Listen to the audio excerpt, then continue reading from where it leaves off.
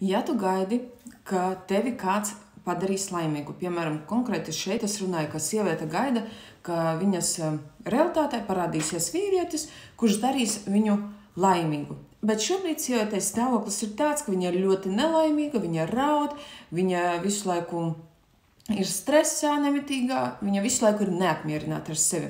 Un tas ir ļoti liels apmāns to, ka parādīsies tavā realitātē vīrietis, kurš darīs tevi laimīgu. Ja tevi iekšpusē pašā sevī nav šīs laimes, apkārtējie cilvēki, lai ko viņi darītu, viņi nespēs tevi izdarīt laimīgu. Lai vai ko viņi teiktu, lai vai ko viņi darītu, vai ko viņi censtos tevis dēļ. Ja tevi iekšpusē nav šīs laimes un nav laimīguma sajūtas, neviens cits tev nevar iedot kā tikai tu pati. Un tad, kad tu nomaini iekšējās pašsajūtas, savas emocijas, domas, vārdus, un tad, kad tu jau pati izjūti bez jebkādiem ārējiem apstākļiem šo laimi sevi iekšpusē, tad jau parādīsies tavā realitātē vīrietis, kurš darīs un papildinās tavu esošo laimi.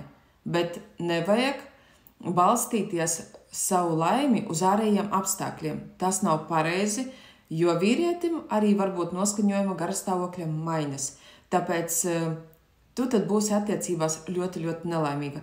Tāpēc pirms sākam piesaistīt konkrētu kādu vīrieti, obligāti vajag sakārtot savu iekšējo pasauli, sakārtot savas domas, savus vārdus, savas emocijas.